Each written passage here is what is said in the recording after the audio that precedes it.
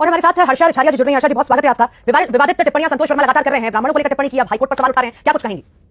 देखिए, जब इन्होंने बयान देने शुरू किए थे, पहली चीज जो उनकी चीजें सामने आई है पास्ट को लेके, जिस तरह वो जेल जा चुके हैं, जिस तरह वो लिव इन में रह चुके हैं, और भी बहुत सारी चीजें आई हैं जो मैं नहीं बोलना चाहूंगी। तो जब ये सारी चीजें सामने आ चुकी थी तो उनको उस पद पे बिठाना ही नहीं चाहिए था, जैसे आज हम एक आईएएस ऑफिसर बोल रहे हैं। क्योंकि आईएएस और आईपीएस की जब हम बात करते हैं तो एक वो इतना बड़ा पद है जिसे बहुत जिम्मेदार इंसान को सौंपा जाता है, जिसके लिए हर जेंडर, हर जाति, हर धर्म सब बराबर होता है, वो समान नजर से सबको देखता है। आज वहां पे बैठ के वो टारगेट कर रहे थे ब्राह्मण बेटियों को। पहली चीज, अगर बेटी किसी भी धर्म की है, किसी भी जाति की है, तो बेटियों को, बहनों को बीच में लाना बहुत गलत है। उसके बाद आपने बोला कि भैया मेरी बेटे को जब तक कोई ब्राह्मण बेटी दान नहीं कर देते उससे संबंध नहीं बनवा देते हैं। तो आप ये सोचे, जो इंसान खुद जेल जा चुका है और लिव इन में रह चुका है, उसकी मानसिकता क्या है? वो तो चाहता है कि भैया कोई बेटी मेरे लड़के के साथ भी लिव इन में रह ले, उनकी यही सोच है।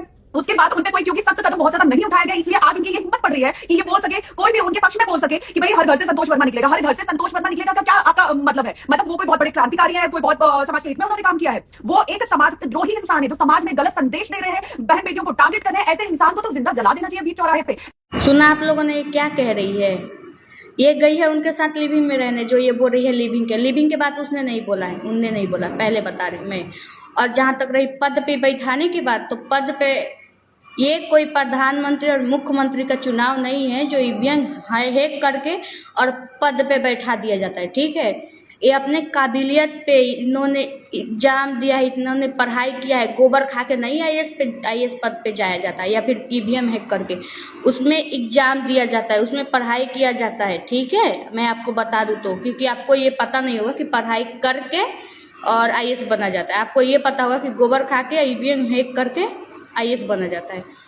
और दूसरी बात, लिविंग अपने बेटे को बोले हैं जो कि मेरी बेटी से कोई ब्राह्मण बेटी को नहीं दे देता है मेरे बेटे को, तब तक ये जात पात चलती है। हाँ, बोलेंगे क्यों नहीं, क्योंकि हिंदू राष्ट्र का पद यात्रा जो निकला था ना, उसमें खुद बोला गया था जात पात की करो विदाई, हम हिंदू भाई भाई। तो उनने बोल दिया तो क्या बात, क्या दिक्कत हो गई तुम्हें? अपने बेटे के लिए तो आपकी बेटी का हाथ मांगी थी, तभी तो जात पात की खत्म होगी। आई है बात करने, और जिंदा जलाने की बात कर रही है तो जिंदा उनको जलाओ ना, बागेश्वर बाबा, धीरेन्द्र शास्त्री को जलाओ तुम, और एक और घुंघराले से बाल पता नहीं कौन सा नाम है उसको जलाओ। और जलाना है तो ये जो आँख नहीं है जिसका अंधा है उसको जलाओ, वो भी तो खिलौना बताए स्त्री को, उसको उसके भी तो बोलो। यहाँ पे आती हो बकवास करने, तू तो असली जात का मतलब फेवर कर रही है यार। जिसने औरत को खिलौना बोल दिया उस पर नहीं आई बोलने, जिसने लिविंग में रहने के लिए बोला उसमें नहीं आई बोलने। और एक और इसका नाम भूल रही हूँ जो पागलपंती करते रहता है, गोबर खाने के बताए, उस पर तुम नहीं आई बोलने।